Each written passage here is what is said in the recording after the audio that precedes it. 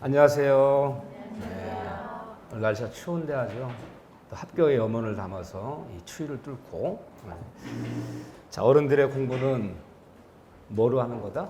어른들의 공부는 머리가 아니라 엉덩이로 한다라고 생각하셔야 돼요.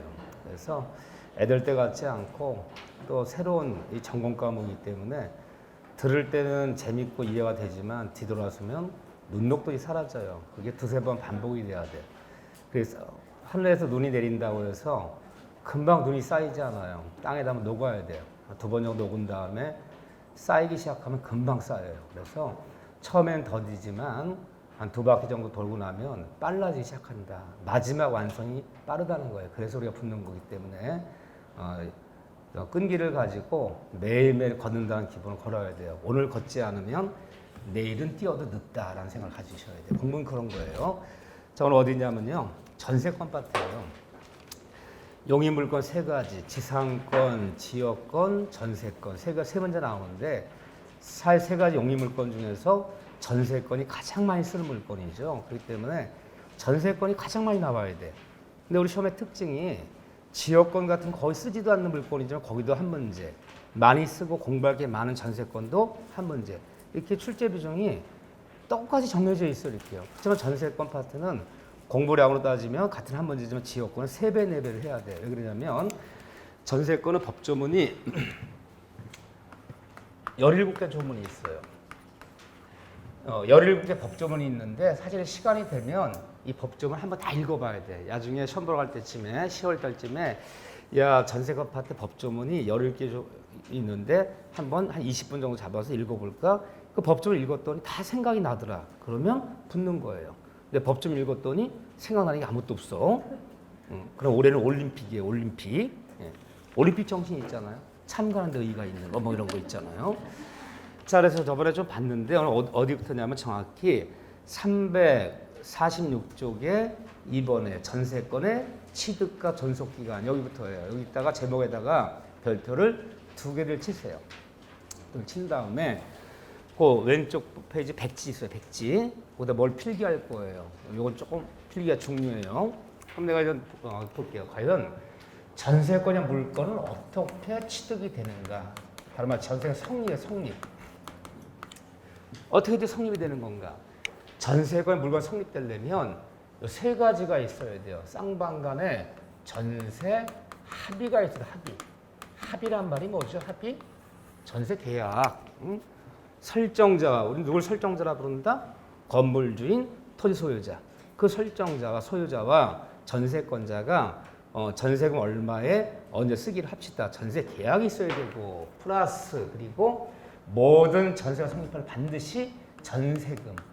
이 전세금이 수수돼야 돼요. 전세금 없는 전세권이 있을 수가 없어요. 플러스 그리고 등기소 가서 전세 등기. 이 세 가지가 나와야 돼요. 이 세 가지 갖췄을 때가 성립이 되는 건데 우리가 사회생활 때 보통 어디까지 한다? 여기까지 많이 하잖아요. 분명히 전세계약 맺었어. 2년간 살기로 하고 전세금 얼마 내기로 하고 어떻게 하기로 하자.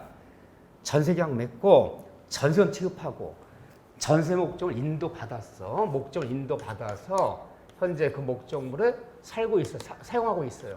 그렇지만 등기소 가서 전세권 등기를 내지 않았어요. 그러면 전세 계약 맺고 전세 취급받고 목적 인도받아 사용하고 있지만 전세 등기가 안 나. 여기까지만 돼 있는 거죠. 세 가지만. 이걸 우리 뭐라 부른다? 미등기 전세는 전세권이다. 전세권이 아니다. 전세권이 아니에요. 우리가 사용할 때 전세라 쓰는 등기 하나 미등 전세는 요거는 관행상 전세라 부르는 것은 우리 민법에서는 임대차로 취급하는 거예요. 그럼 이미 문제를 풀 때 다음 전세권에 있어서 이 단어가 떨어지는 순간 등기 났다 안 났다? 났다. 등기가 안 나면 다 뭐라 부른다? 임대차라 부르는 거예요. 관행상 우리가 전세라 부르는 건 다 뭐다? 임대차예요. 등기가 안 나면 물건은 성립하지 않아요. 이게 이상하다 생각하면 안 되죠. 자, 매매했어요. 잔금 치렀어요. 매수인이. 목적 인도 받았어. 매매는 부동산 인도 받았지만 아직 소유권 이전 등기가 나지 않았다면 매수인은 소유권 취득이 돼야 안 돼요? 안 되잖아요. 뭐 하여야? 등기하여야. 돈 빌려주면서 아파트에 저당 잡아주기로 했어요. 그 채권 채무사에 돈 1억 원을 이제 얼마 주기로 하고 언제 갚기로 하자. 이게 채권 계약이야. 그리고 이 아파트에 저당 잡아주기로 하자. 다 합의가 됐지만 등기소 가서 저당권 등기 안 내면 저당은 성립한 거야 안 한 거예요? 안 한 거잖아요. 다른 건 다 그렇게 얘기하면서 왜 전세권만 등기 안 해도 전세권이 생각합니까? 모든 물건은 뭐예요? 등기하야. 미등 전세는 전세가 아니라 뭐다? 민법에서는 그건 임대차다. 응? 등기 났을 때 전 성립해야 돼. 이 등기가 전세권의 성립 요건이에요. 그러면 그 전세권자가 건물주랑 전세계약 맺고 전세 지급하고 모두 인도 받았어. 인도는 목적은 인도는 전세권의 성립 요건이다. 성립 요건이 아니다. 성립 요건이 아니에요. 이거 전혀 관계가 없는 거예요. 그러면 자 보세요. 전세계약 맺고 전세금 지급하고 전세권 등기 냈지만 아직 이사 안 들어왔어. 전세가 성립된 거야 안 된 거야? 된 거예요. 등기가 나면 그럼 전세계약 맺고 전세금 지급하고 목적 인도 받아 사용하고 있지만 전세권 등기 내지 않았다면 전세권은 성립했어요? 안 했어요? 안 했잖아요. 그건 논할 필요 없는 거잖아. 뭐가 요건이야? 등기가 요건이지 인도받은 여부는 살고 있냐 여부는 논할 필요 없는 거예요. 이건 요건이 아니다. 인도받았더라도 등기 안 내면 더 성립이 안 된 거고 등기 냈다면 비록 아직 인도받지 않았더라도 전세는 성립된 것이고 인도는 전세 성립 요건이 아니다 표현하는 거예요. 그리고 학문적으로 봐야 돼 자꾸 이렇게. 그런데 여기서 이런 하이라이트가 뭐냐? 전세금 이야기예요. 이게 제일 중요한 얘기예요. 우리가 사회생활 때 서로 전세계약 맺고 전세금 등기 냈더라도 뭐 때문에 쌈이 나느냐? 돈 때문에 쌈이 나. 그 계약된 사용하는 건 문제가 안 돼. 자, 여기와 관련된 얘기 볼게요. 요거를 정리하자는 거, 요거를 교과서 옆에 적으라는 거 이렇게요. 여기저기 퍼져 있는 걸 내가 한 군데 나눌 거예요. 첫째, 전세권은 이 전세금이 모든 전세권의 성립 요건이다 그러는 거예요. 따라서 아무리 전세계약 맺고 전세권 등기 냈어요. 등기 냈더라도 전세금이 지급되지 않았다면 전세권은 성립하지 않는다. 반대 모든 전세권은 반대 뭐가 있어야 된다? 전세금이 반드시 있어야 돼요. 따라 성립 요건이기 때문에 우리 형 판례가 친한 친구 사이에 야 네가 사정이 어려우니까 내가 내 건물에 3년간 전세금 내줄게. 전세 등기도 내줄게. 근데 전세금은 이 다음에 돈 되는 대로 천천히 줘. 응? 그 등기가 내줬어. 그래서 친한 친구끼리 이거 뭐라 그러냐면요. 전세금 현재는 주장은 이 다음에 주장 전세금 불지급 특약이 맺어줬어요. 등기 내줄게. 등기를 내줘야지만이 물건이 되어서 이게 경매가 되든 누구한테 매매가 되든 누구한테 넘어가든 다 쓸 수 있잖아요. 이렇게요. 전세금 지급하지 않기로 했어. 전세금 불지급 특약은 우리 판례에 따르면 유효다, 무효다. 무효라는 거예요. 물건 법정주의야. 니네 맘대로 뭐 특약으로 배제하고 특약으로 뭐 하는 게 아니야. 이렇게 법에 딱 정해진 대로. 따라서 모든 전세금이 있어야 되기 때문에 전세금 불지급 특약은 무효. 이렇게요. 두 번째, 전세금은 반드시 금전에. 자, 이거 특징적이에요. 금전에 한한다. 이 금전만이 전세금이라는 거예요. 금전이 아니면 전세금 될 수가 없어요. 야, 네 토지 좀 나한테 3년만 전세금 내줘. 내가 쌀 100가마 줄게. 그 다음에 3년 뒤에 100가마 다시 돌려줘. 쌀을 지급하는 거 전세금 될 수 있다 없다? 없다. 금전만이 전세금. 이것이 뭐라는 점이냐? 이게 다른 점이에요. 이 다음에 우리가 임대차래요. 토지 임대차, 건물 임대차. 모든 임대차에는 전세권은 물건이고 임대차는 채권 계약이에요. 모든 임대차에는 반드시 차임이 있어야 돼. 차임. 왜? 임대차 유상이어야 돼. 남한테 부동산 빌려주고 차임을 안 받아. 공짜로 빌려주는 거야. 그럼 뭐죠? 사용대차. 임대차는 반드시 대가를 받아야 되는 거야. 차임이 있어야 돼요. 근데 임대 차임은 금전이 아니어도 관계없어요. 대가만 받으면 유상이면 되는 거지. 이걸 뭐 금전에 하나 하지 않아 이렇게요. 야, 너 토지도 임대 줘. 내가 쌀 2가마, 1년 2가마 줄게. 쌀을 줘도 차임이고. 너 토지 좀 100평만 빌려줘. 나 돈도 쌀도 없으니까 니네 토지 내 빌려 쓰는 대신 1년에 10번씩 품앗이를 일해줄게. 그 일을 해줘도 차임이 되는 거야. 그 임대 차임은 대가만 받으면 되는 거지. 금전이 안 해도 되나. 하지만 물건, 전세권, 전세권 반대 뭐다? 금전만이 전세금이에요. 하나한다는 건 예외가 없는 거예요. 금전이면 되는 것이지 그렇다고 해서 이것을 현실로 수수해야 되는 것은 또 아니다. 손으로 주고받아야 되는 건 아니다. 따라서 금전이면 기존 채권으로 가름해도 무방하다. 꼭 현실 수수해야 되는 건 아니다. 또 내가 3년 전에 1억 원 빌려준 돈 못 갖고 있지 않느냐. 그 1억 원을 전세금으로 해서 네 토지에 건물에 2년간 전세금 내줘. 그래서 쓰고 있다가 2년기가 끝나는 날 1억 원만 돌려줘. 빌려준 채권을 전세금으로 가름해도 된다 안 된다? 되는 것이지. 꼭 현실 주고받아야지 전세금은 아니다. 그럼 요거랑 좀 관련돼서 이 다음에 우리가 이제 주택임대차, 상가임대차 이 보호법을 특별히 배울 거예요. 주거용감을 얻으면서 채권자 세한테 그래요. 야, 네 방 2개만 나한테 임대 줘. 2년간 1억 원으로 하자. 임차보증금은. 근데 내가 빌려준 돈, 너 1억 원 있잖아. 갚을 돈. 그 1억 원을 임차보증금을 해서 네 방 2개 임대가 쓰고 내가 니네 주소에 전입신고하고 그 약속에 확정일자 받아놓을게. 그러니까 주택임대차에서 임차보증금을 현실로 수수하지 않고 빌려준 기존 채권으로 대체해버리고 가름해도 되는 거다 안 되는 거다? 여기서 되는 거 안 되는 거야? 좋은 태도, 훌륭한 태도, 애매하면 대답 안 하면 돼. 안 하면 안 틀리는 거야. 무방해요.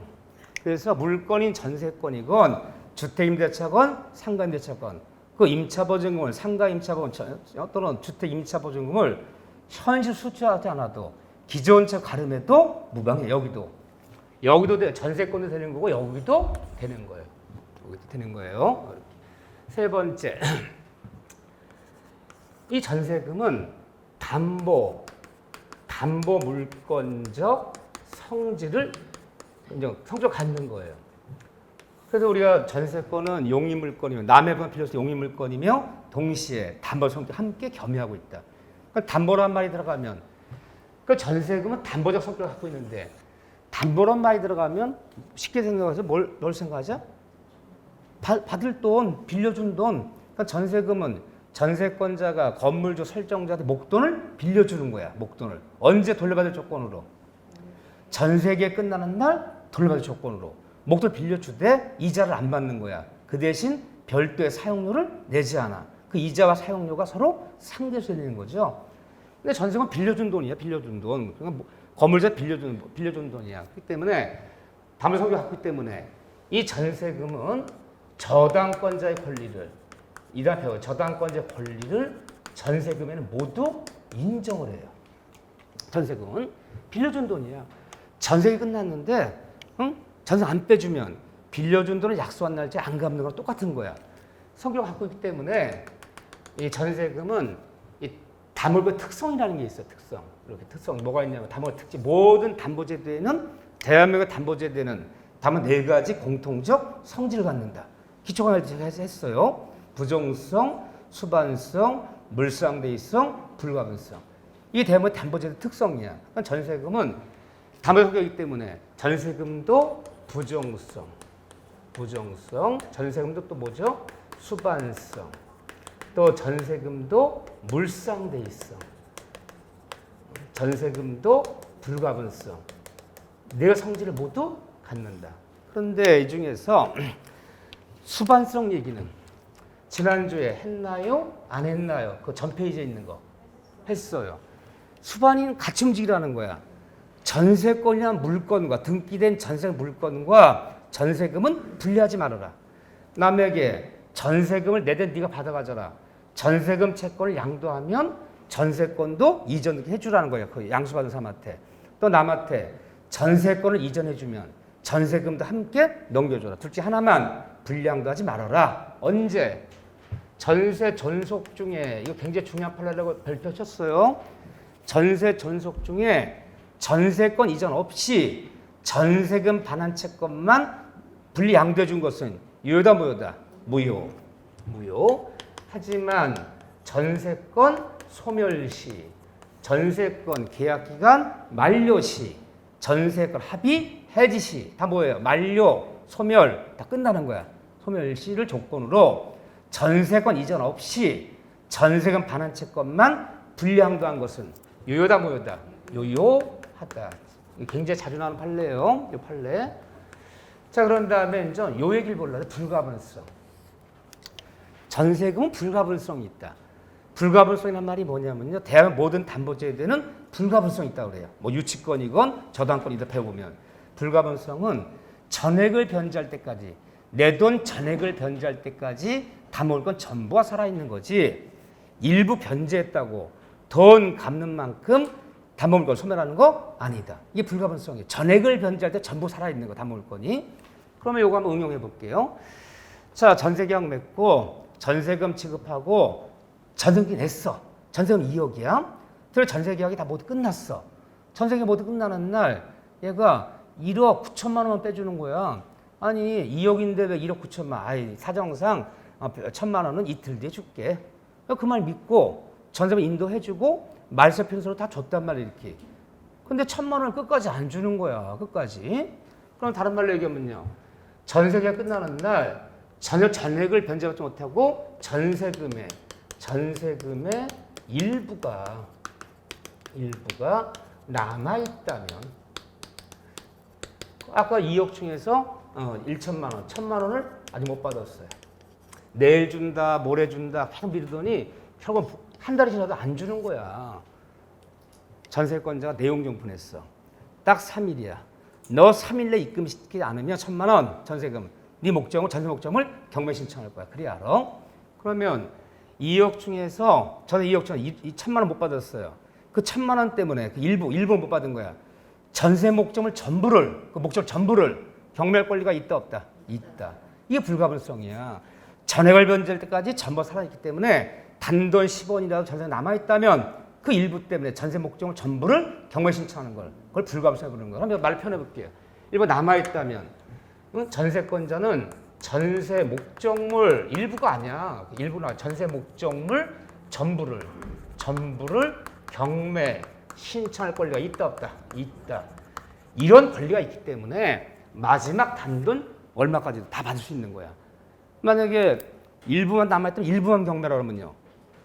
이러면 심지어 압박이 덜한 거야. 전액을 변제할 때까지 전부를 경매할 권리가 있는 게 전세권의 바로 불가분성이라 부르는 거예요. 이렇게 요거 네 가지. 그 다음에 네 번째, 한 번에 몰아보자고요. 이렇게요. 이 전세금, 이 증감청권이라는 것이 있어요. 교과서인데 택해 드릴게요. 그러니까 증감이란 말은 뭘 줄임말이다? 증감? 하여튼 민법은요, 같은 용어도 어려운데 뭘 줄여 맨날. 네 자를 두 자로, 응? 세 자를 두 자로. 불가능은 불능. 예를 들면 별것도 아닌 걸 줄이고 난리야. 증액, 감액. 올려달라, 깎아달라. 이 청권이 있는 거야. 그런데 이 증감청권, 그러니까 설정자는요, 건물 주인, 땅 주인은 올려달라. 전세권자들은요, 깎아달라. 저 IMF 터지지 않았느냐. 2022년에 IMF 터져갖고 다 경제도 어려워지고 주변 시세 다 절반 떨어졌어. 이 전세금이 현실에 맞지 않겠냐. 5천만 원 감액해달라. 그냥 IMF 때 이거 많이 문제됐어요. 세입자들이 집주인한테 감액해달라. 이 증감청권은 이건 어디 있는 건가요?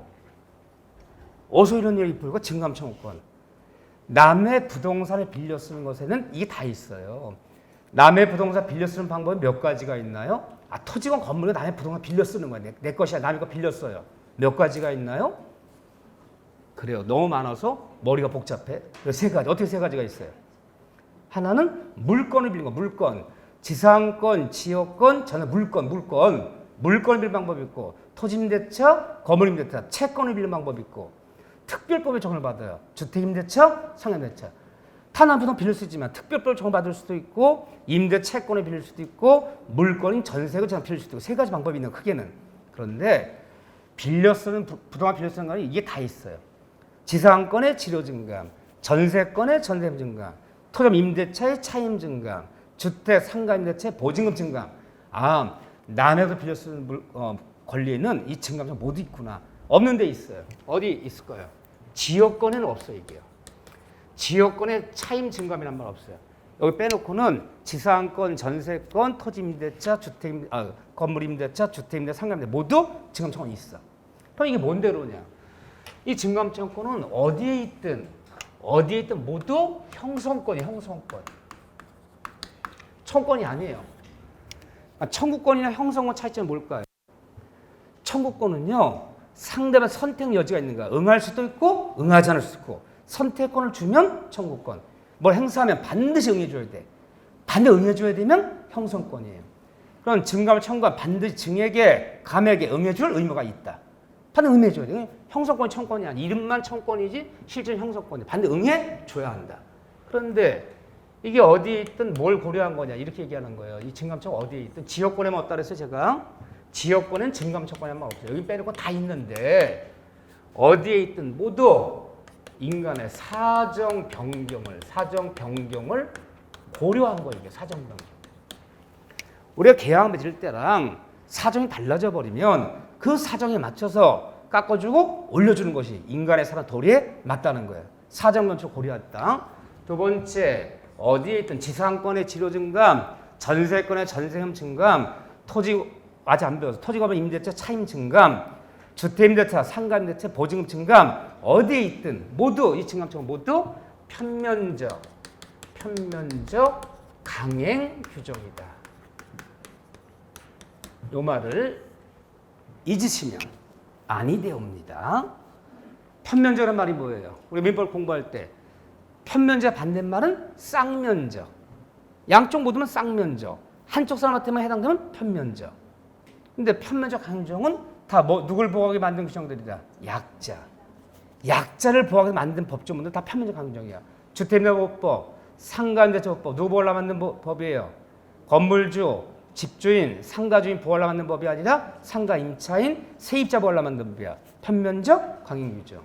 지상권 누구 보호하려 만든 법조문이에요? 땅을 빌려준 설정자 보호하려 만든 법조문이 아니라 땅을 빌려 쓰는 지상권자 보호하려 만든 법이야. 편면적 강행규정.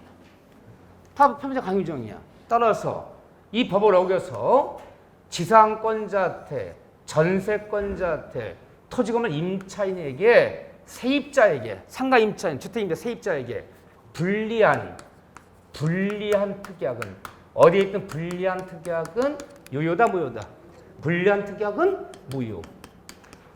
뭐가 불리한 특약일까요? 이 전세권은 최장 몇 년을 초과할 수 없다? 토지전세, 건물전세건 최장 기간 10년이야. 10년. 법조문에. 10년을 초과할 수 없어. 자, 10년간 전세권 해줬어. 10년은 긴 세월이야. 10년간 전세권 맺고 전세 내면서 계약기간 동안에 IMF가 터져도 절대로 전세금은 30년간 지상 설정하면서 한번 질을 정했는데 30년간 절대 지료는 전세금은 절대로 감액하지 않는다. 어떤 게 깎아달라는 얘기 하지 않는다. 감액, 금지, 특약을 맺었어요. 어떤 거 깎아달라는 얘기 하지 않는다. 차임은, 보증금은, 전세금은, 지료는 감액하지 않는다. 계약기간 동안에. 이 특약은 유효다, 무효다. 무효. 불리하잖아요. 불리한 특약이잖아. 이런 특약 넣었어. 근데 2023년에 IMF 또 터졌어. 감액해달라. 요구할 수 있어 없어요? 있어. 이 특약은 무효.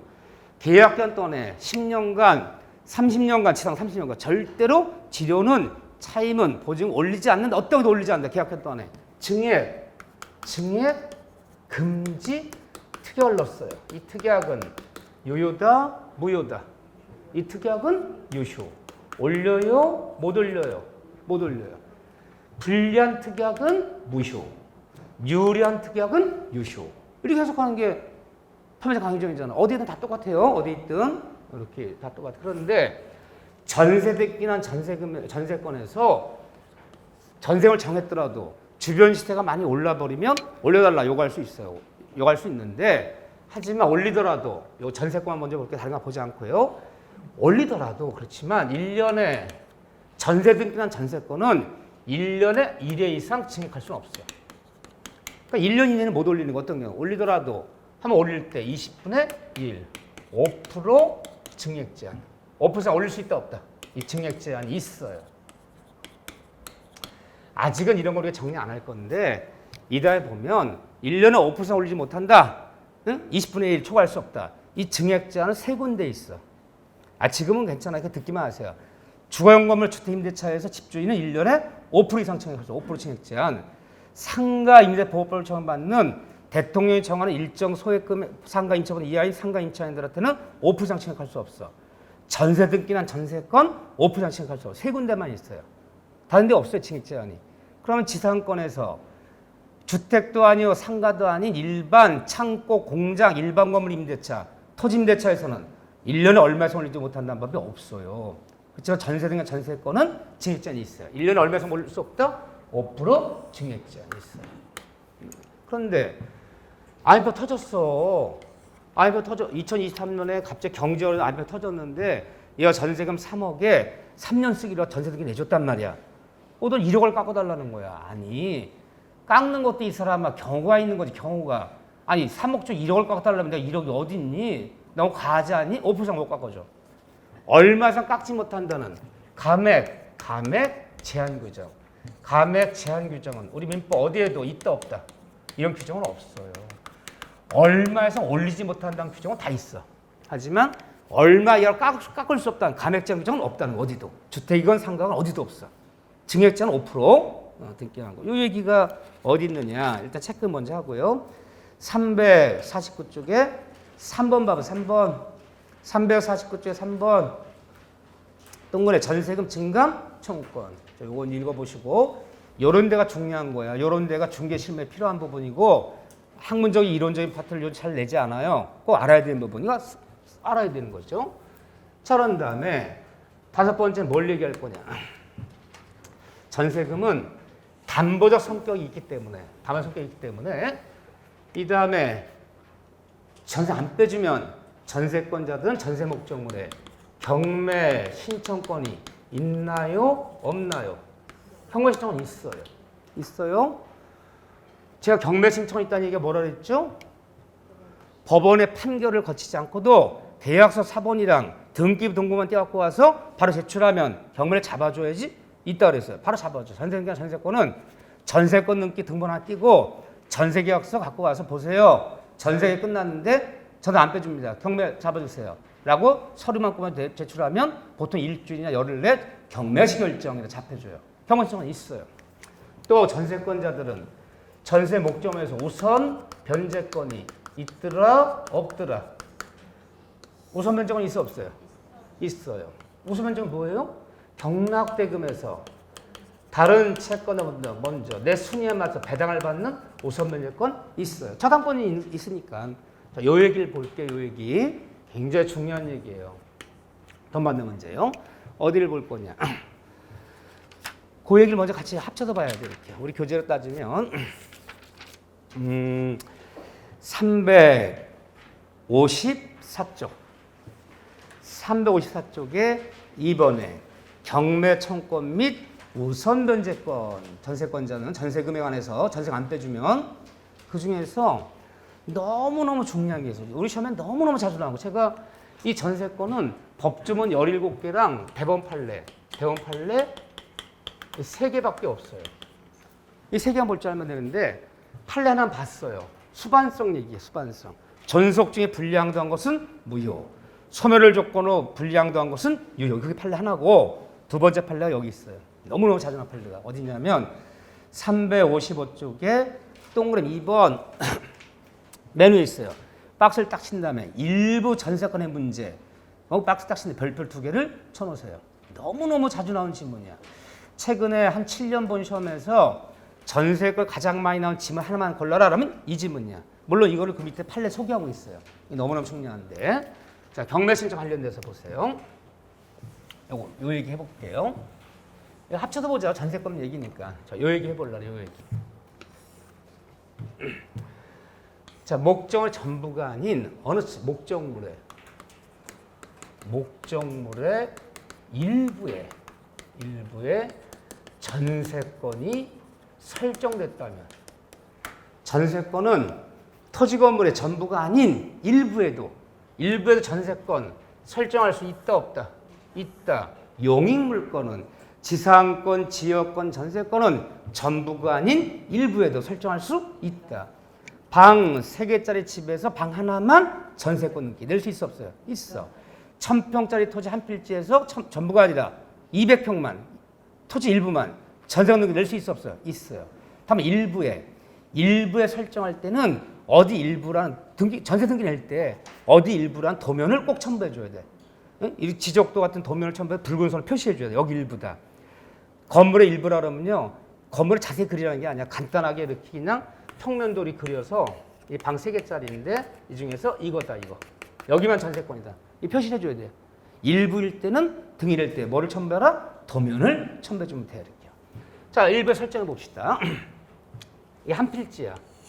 한 필지란 말이 뭐죠? 이 토지 한 필지짜리야. 한 필지가 뭐예요? 그래요? 머리는 알겠는데 차마 대답은 할 수가 없네. 아니, 하나의 지번을 쓰고 있는 토지가 한 필지지 뭡니까? 넓던 좁던 한 지번을 쓰고 있는 토지를 우리 한 필지라 부르고, 필지가 토지의 거래 단위며 소유권 단위며, 필지가 사람을 따지면 하나의 사람이 있기 때문에 필지마다 소재지, 지번, 지목, 면적, 경계, 좌표를 모두 특정해 줘야 되는 거죠. 이게 1000평짜리야 면적이. 이 중에서 200평만, 일부 200평만 토지 전세권 설정할 수 있나요? 없나요? 있어요. 등기 낼 수 있어요. 자, 2층짜리 단독주택이야. 2층짜리 집이에요. 여기서 1층, 2층만 전세권 등기 낼 수 있어 없어요? 있어요. 있어요. 방 3개짜리 1층 주택에서 방 하나만 전세 등기 낼 수 있어 없어요? 있어. 일부에 설정했어. 일부에 설정했는데 전세 계약이 모두 끝났는데 전세금을 안 빼주는 거야. 전세금을. 돈이 없다고. 몇 번을 독촉해도 끝까지 안 빼줘. 도저히 경매하지 않고는 받을 방법이 없겠어. 그럼 일부에 설정한 사람이 이 경매하려고 그래요. 경매에서 경락되면 배당받으려고요.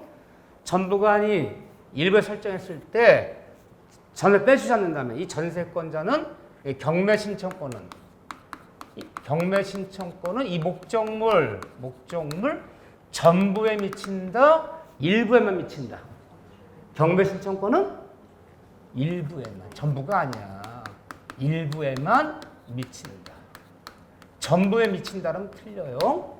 그런데 우선 변제권은 경락돼 배당받는 거야. 이 배당받은 우선 변제권은 일부에 설정, 방 하나만 전세금 내서 2층만 일부에 설정했는데 경락이 됐어. 경락되면 배당받는 우선 변제권은 전부에 미친다, 일부에 미친다. 그 전부에 미친다. 잘 미쳐야 돼. 이거 너무너무 헷갈리는 얘기야. 전부가 아닌 일부에 설정했을 때 경매 신청권은 일부에만 미치고 우선 변제권은 전부에 미친다. 입에 배 있어야 돼요. 경매 신청은 어떻고요? 일부에만 미치고 전부에 미치는 거 아니에요. 우선 변제권은 전부에 미친다. 한번 얘기해 볼게요. 이게 무슨 의미인가? 그러면 판례에 따르면 안 빼주면요, 이 전부를 경매 신청할 수는 없어요. 전세 목적 부분을 토지 같으면 분할해야 돼. 토지를 분할해야 돼요. 분할 신청해서 새로운 지번을 붙인 다음에 요거만 경매 집어넣어야지. 전세 부분이 아닌 나머지 부분은 경매 신청할 권리가 없다는 거예요. 이렇게요. 건물 같으면 단독 건물로 되어 있는 2층짜리를 건물을 어떻게 구분 건물화 시켜야 돼. 구분 건물화. 따로따로 등기를 만들어야 돼. 옛날에 등기부가 표제부, 갑굴고 이렇게 딱 돼 있었던 것을 이제는 1층 표제부 끌고 2층 표제부 따로 나눠야 돼. 이렇게. 이 구분 건물화 시킨다는 거예요. 건물 같으면 구분 건물화 시켜요. 구분 건물화 시켜서 표제부, 갑굴 따로따로 만들어서 어디만 경매 집어넣어라. 여기만 경매 집어넣어야지. 여기 경매 신청이 없어요. 건물 같으면 뭐하고? 구분화시키고, 토지 같으면 분할해서 네가 잡은 부분 거기만 경매 신청해야지. 전세 부분이 아닌 나머지 부분은 경매 신청 권리가 없다는 거예요. 그런데 건물은 구분 건물화시키고 토지는 분할하면 돼. 근데 단층짜리 1층짜리 건물에서 방 하나만, 안방이 안방, 방 하나만 따로 등기부를 표제부, 갑굴구를 따로 만들 수가 있어 없어요? 이 구분 건물화가 돼야 안 돼요. 아파트에 방 3개짜리 아파트인데 방 하나만 따로 등기 만들 수 있어 없어요? 없잖아요. 이건 되잖아. 1층, 2층. 이거 안 되잖아. 일부가 전세 부분은 일부가 방 하나만 일부가 분할도 구분도 되지 않는다면 그때는 할 수 없이 분할과 구분이 안 된다면 이 전부를 할 수 없이 경매 신청할 권리가 있다는 거예요? 없다는 거 판례가. 권리가 없다는 거야. 일부가 분할도 구분도 안 된다면 남들이 저당자분 같은 애들, 저당권자 같은 애들이 경매 신청도 기다렸다가 걔가 경매 신청 쫓아 들어가서 배당을 받을지언정 일부 분할도 구분이 안 된다고 해서 방 하나만 분할이 안 된다고 해서 이 건물 전체를 경매할 권리는 없다는 거야. 있을 것 같은데 없다. 반대로 얘기하잖아. 우리 상식적으로 있을 것 같은데 없다. 이게 일반 미친다. 그래서 말로 편하자면 전세 부분이 아닌 나머지 부분을 경매 신청할 권리가 없고 일부가 분할도 구분도 안 된다면 그 목적 전부를 경매할 권리는 없다. 일부에만 미친다. 그런데 우선변제권은 어떻게 미친다? 목적물 전부에 미친다. 전부에 미친다는 말이 뭘까? 글쎄, 뭐 미친다? 그래, 미쳐요. 자, 보세요. 이 땅인데, 자, 이 1000평 중에서 이 사람이 200평을 전세금 3억에 3년간 쓰기로 하자. 토지 전세예요. 전세 등기 냈어요. 쓰고 있어. 얘 전세권자 누구? A야. 이 땅 주인 누구냐? 갑이라는 사람이야. 얘가 설정자라 부르는 거야. 근데 갑이라는 애가 빚을 많이 졌어요. 갑의 채권자, 예를 들면 을병이라는 애가 도저히 돈을 안 갚으니까 얘한테 소송까지 얘기해요. 대여금 반환 청구 소송, 물품대금 반환 청구 제기해서 3억 갚아라. 판결 받았어. 판결 났는데도 얘가 못 갚어. 그러니까 얘 채권자도 어떻게 했을까요? 갑의 채권자들이 갑의 부동산 압류 들어왔어. 압류라도 잡아서 경매해야 될 거 아니야. 그러니까 압류를 잡으려고 봤더니 얘 채권자가 이제 을병이라는 사람이 예묘로 토지가 있네? 토지가 있어? 아니 이 땅이 난 5억쯤 나가는 땅이야. 압류를 하려고 했더니 누가 벌써 등기가 돼 있어요? 전세 등기가 먼저 나 있잖아. 그러니까 이대로 압류해서 경매해버리면 압류자분에보다 전세 등기가 빠르기 때문에 전세권자 먼저 배당을 받을 거 아니야. 이 3억을. 그렇잖아요. 근데 5억짜리 한 번, 두 번만 유찰돼 버리면 남는 것도 별로 없잖아. 근데 가만히 도면을 봤더니 얘가 전세분 전부가 아닌 여기에만 전세비를 낸 사람이 여기에만 도면이. 여긴 전세 부분이 아니야. 그러니까 이 채권자들이 분할 신청해서 토지 분할해달라. 분할 신청해서 딱 분할시켰어. 그래갖고 새로운 집을 만든 다음에 이 부분만 여기만 경매를 집어넣었어. 여기만. 전세 부분은 내버려두고 분할해서 여기에 경매 집어넣었어. 경락대금이 3억 5천 나왔어. 근데 전세권자가 이분의 전세자매가 이 3억 5천에 배당 신청 들어가서 판사님 저 배당해 주세요. 저 전세권자입니다. 제가 날짜 더 빠릅니다. 3억 5천 중에서 3억 원 배당해줘요? 안 해줘요? 물을 때마다 답변이 곤란하네. 그냥 판사 골치 아픈 거예요. 근데 판사 시켜줘도 하지 마셔.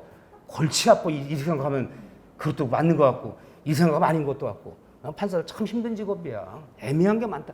오죽 애매하면 재판 3번씩 대법원까지 갈 거야. 그래서 대법원까지 가면 결정해야 돼. 애매하더라고. 결정 안 할 수는 없어. 둘 중에 하나 결정해야 돼. O인지 X인지 이쪽인지 저쪽인지. 애매하다고 야 재판 못해 이럴 수는 없잖아. 판사들이 뭐래요. 배당 신청 들어왔어 얘가. 여기 따라 들어왔어. 이쪽 땅 경매했는데. 3억 5천 중에 3억 배당해달라. 배당해줘요 안 해줘요? 배당해줘요. 해줘요. 우선변제권은 어떻게 된다? 전부에 미쳐. 내가 전세 부분이 아닌 나머지 부분의 경락대금에서 돈 받아갈 권리가 있다는 거야. 다른 채권자들 이렇게 머리 써라 쓰지 말아라. 너 머리 써봐서 소용없어. 전세 부분 내비두고 나머지 부분 경매에 쫓아들어도 배당 받을 거야. 그러지 머리를 못 쓰지. 두 번째. 만약에 이게 안 된다면 이것만 이 다음에 경매하면 이게 경매했어? 딱 떼어놓고 전세분 떼어놓고 이거 나중에 경매하면 3억 나와 안 나와 이거? 안 나와. 안 나와. 전체를 경매했을 때는 내가 3억 받을 수 있지만 전세 부분만 경매해버리면 저 3억 안 나온다고 저거. 그렇게 볼 수는 없잖아. 그래서 우선변제권은 전부에 미치기 때문에 말을 편해볼게요. 전세 부분이 아닌 나머지 부분을 남들이 경매해서 경락되더라도 쫓아 들어가서 배당할 수 있다 없다? 있다. 우선변제권은 전부에 미치는 거야.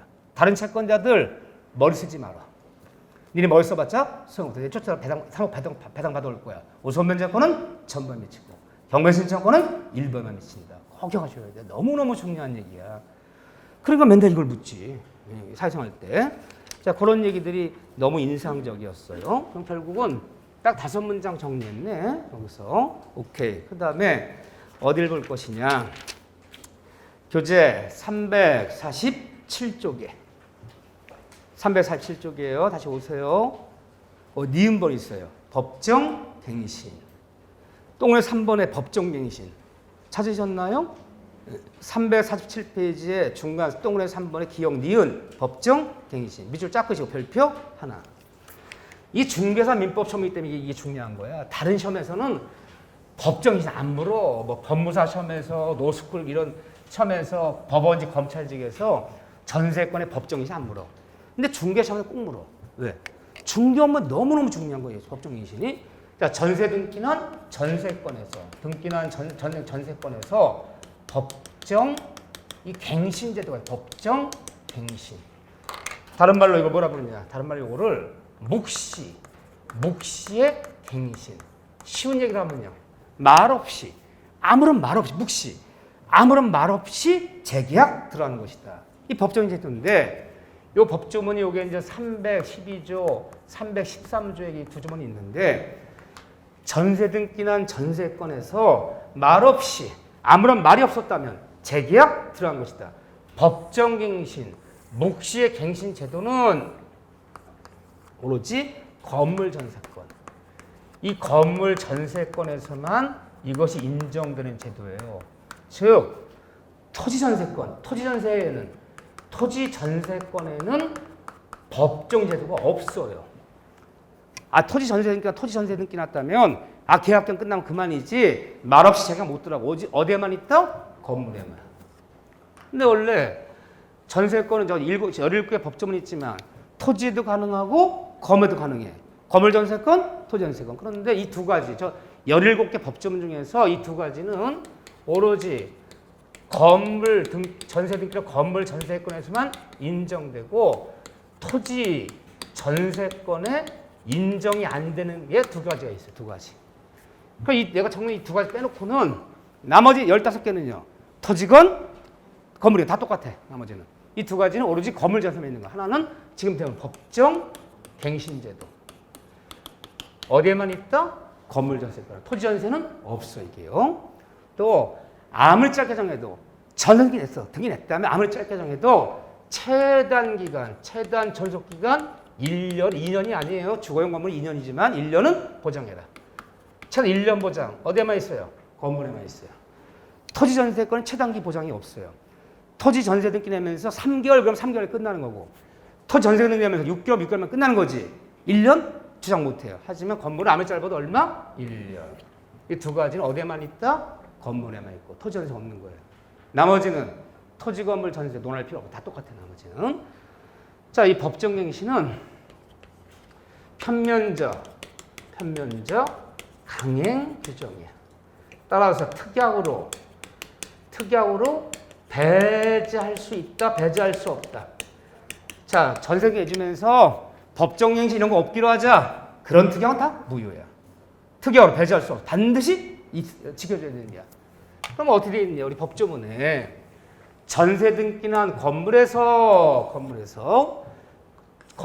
설정자는 전세권 설정자 누구예요?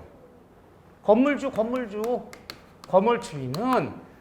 전세권에서 전세계약 기한 등기를 안 걸 얘기하는 거예요. 등기 전세계약 만료 전 6개월 전부터 전세계약 만료 전 1개월 전까지. 이 다음에 이 주택임대차법부에 가면 6개월 전부터 2개월 전까지. 거긴 1개월이 아니야. 근데 등기난 전세권은 6개월 전부터 1개월 전까지 이 사이에 건물주가 건물 필요해서 전세권자한테 뭔가를 통지해줄 이 통지 의무라는 게 있어. 통지해줘야 돼. 저기요, 이거 만료일이야. 전세계약 만료되면 재계약 못 해드리니까 딴 데 알아보세요. 갱신 거절. 주변 시설이 이렇게 올라서 나 얼마 전세 올려주지 않으면 재계약 못 합니다. 새로운 계약 제시하거나 뭔가를 통지해야 돼. 근데 이 사이에 아무런 말이 없어. 통지 안 했어. 이때까지 아무런 말이 없다면, 아무런 통지가 없었다면, 이때 말 없이 어떻게 된다? 전세권이 말 없이 재계약 들어가는 것이다. 이때가 통지가 없으면 말 없이 재계약 들어간다. 어떻게 들어가느냐? 전 전세와 동일한 조건으로. 동일한 조건이 뭐야? 동일한 전세금으로. 조건은 동일하지만 단 계약 기간은 정함이 없는 것으로 본다.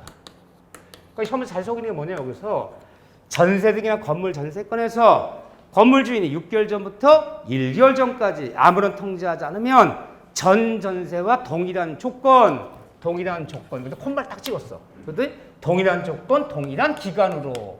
큰일 나는 거지. 옛날이 2년이라고 2년 들어가고 옛날이 3년이라고 3년 들어가는 거 아니에요. 계약 기간만은 정함이 업로되는 거지. 동일한 계약 기간으로 하면 안 돼. 조건 동일한 조건이야. 기간은 정함이 없다. 그런데 기간에 정함이 없는 거 본다 그래요. 기간에 정함이 없는 것은 어떻게 되는 거냐. 들어갔어. 이제. 여기 이제 계약이 끝나는 날이 9월 달이었는데 8월 달까지 아무런 말이 없네. 말이 제가 들어갔어. 그런 정함이 없는 거야. 한 3개월 좀 지났어. 이제 12월이야. 응? 12월인데 갑자기 전세권 설정자가 저기요, 전세권자 씨 나가세요.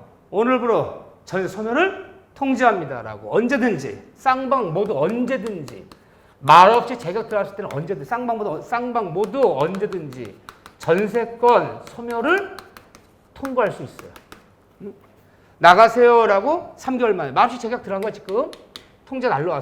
전세권자 통지 날라오면 이 통지받은 날로부터 전세권자한테는 몇 개월의 유예기간을 보장해줘라. 반드시 6개월. 그러면 통지한 이 12월 달 통지하면 그 다음에 2023년 6월 달까지는 사용할 수 있어. 근데 이번에는 전세권자 마음 변했어. 설정자 씨, 저 나갑니다. 전세금 빼주세요라고. 얘가 통지하면 6개월 유예기를 줘라. 6개월 쓸 수 있어. 저 나갑니다라고 통지했어. 쌍방 모두 서로 통과할 수 있어. 쌍방 모두 통지하면 설정자는 통지받은 날부터 몇 개월의 유예기간 내에 전세금을 빼줘라. 몇 개월? 6개월. 즉 쌍방 모두 6개월이야. 지금 뭐 3개월 얘기하신 분 어서 들은 얘기가 있는 거야. 막 있는 거야. 주거용 건물 주택임대보호법에서는 집주인은 세입자가 해지 통지하면 3개월. 전세 등기난 전세권은 나간다라도 6개월. 나가라도 6개월. 쌍방 모두 6개월이에요. 그러니까 이게 왜 이걸 강조하냐면 중개심에서 굉장히 중요한 건데 이 법정 제도가 이 제도가 네 군데 있어. 네 군데. 전세 등기나 건물 전세권, 토지 건물 임대차, 주택 임대차, 상가 임대차 네 군데 이 제도가 있는데 네 군데 다 달라요. 같지 않아요. 등기난 전세 등기난 전세권은 나간다 해도 6개월. 나가라 해도 6개월. 유예기가 쌍방 똑같아요. 6개월에 빼주면 돼. 근데 이게 주거용 건물로 가면 3개월. 일반 토지 건물, 창고 임대차, 공장 임대차, 일반 창고 이런 임대차에서는 법정에 들어가면 나간다면 1개월 내 빼줘야 돼. 거기는. 다 틀려 유예기간이. 돈 주는 문제잖아. 굉장히 중요한 거예요. 전세 등기한 전세권은 몇 개월 쌍방 모두 나간다도 몇 개월 내 빼주면 된다? 6개월을 유예기간이 지나야. 중요한 거죠. 하나만 봐요. 이 다음에 이제 지금은 안 하는데 제가 이제 심화까지 끝나면 요약 들어가면 법정갱신 네 가지 쫙 정리. 매수원권 쫙 정리. 뭐 쫙 정리. 전속기간, 최단기간 쫙 정리. 최장기간 한번 다 몰아 정리를 해요. 근데 지금은 그 문제풀이하고 그럴 때 필요한 지식이잖아. 지금은 하나하나를 이제 격파해 가야지. 아, 나무가 없고 구슬이 없는데 구슬 어떻게 끼워? 구슬 만들어가지고 구슬 만드는 거야. 이 만들어 오면 목걸이는 제가 끼워드릴게요. 이 다음에. 일단 법정에서 이런 데 말없이 재격 들어가는 거. 건물전에서는 있다. 응? 또 법정에 들어갔을 때 쌍방 모두 언제든지 나가세요? 나갑니다. 소멸 통과할 수 있다. 나라도 6개월. 난다라도 6개월이 지나야. 이거만 알아두시라는 거야. 이거는. 이제 이런 것들은 다른 시험에서는 이게 무슨 큰 논점도 없잖아. 그치? 중개 업무는 중요한 거잖아. 이게. 몇 개월 쓸 수 있는 거냐? 몇 개월 내 돈 빼줘야 되는 거냐? 그래서 우리 중개 시험에만 다 잘 나와요. 넘기시면 전세권의 효력 파트인데 이제 법조문들만 별표 치면 돼요. 잠시 쉬었다가 효력 파트 간단히 본 다음에 유치권으로 갈 거예요. 유치권.